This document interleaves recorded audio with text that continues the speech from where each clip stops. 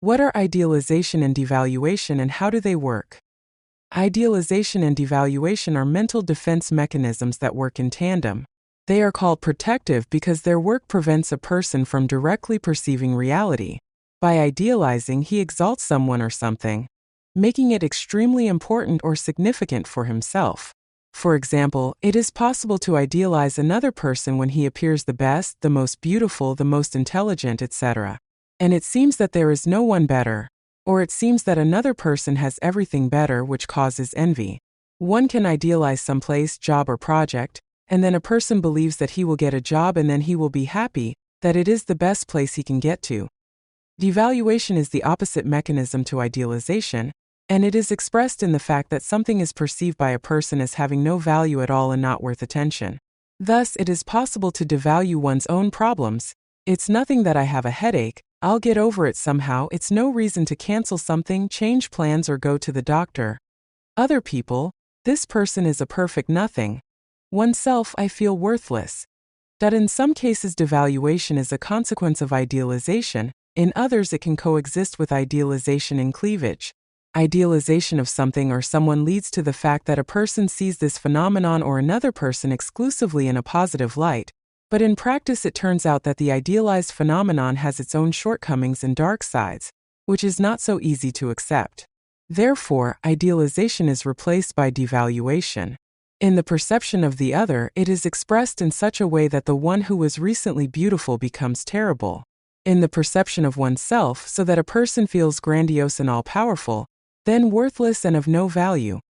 Idealization and devaluation are opposites that are not integrated and reflect a person's inner conflict. By idealizing and devaluing, he loses a holistic perception of some phenomenon, another person, or himself.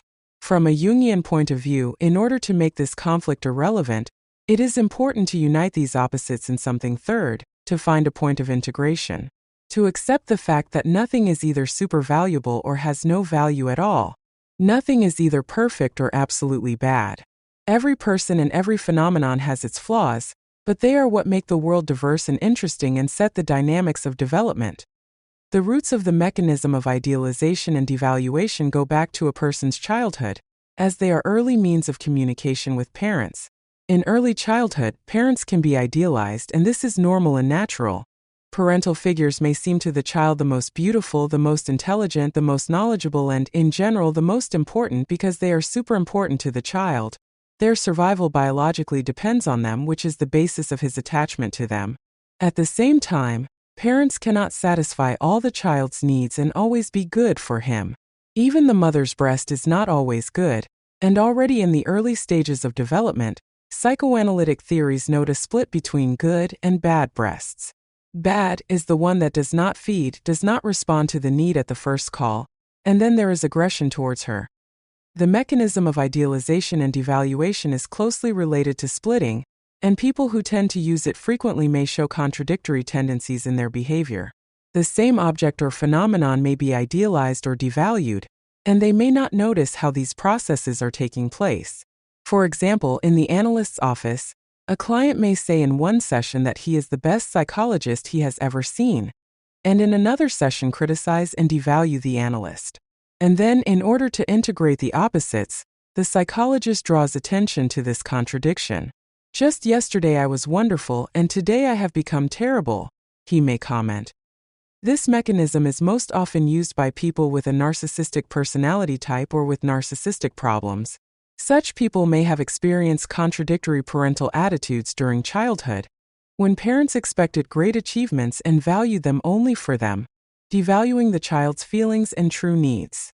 Thus, they may have demanded from the child some kind of overproductivity in lessons, music, or sports, ignoring the fact that sometimes the child is tired, that he/she has her own childish needs to go for a walk, to play with friends, that he/she does not always have in principle the abilities to do what the parents desperately want from him/her. As the child grows up, the way the parents treated the child ingrains itself into the child's personality, and the child begins to treat himself and others in similar ways. For example, they devalue their own and others' feelings and needs and idealize the outcome, becoming overly critical and demanding of themselves and others. In everyday life, each person may notice that he or she sometimes resorts to these defense mechanisms, But when they become dominant, they create real problems and degrade the quality of life. By idealizing, a person is doomed to disappointment and subsequent devaluation, or to eternal longing for a lost paradise.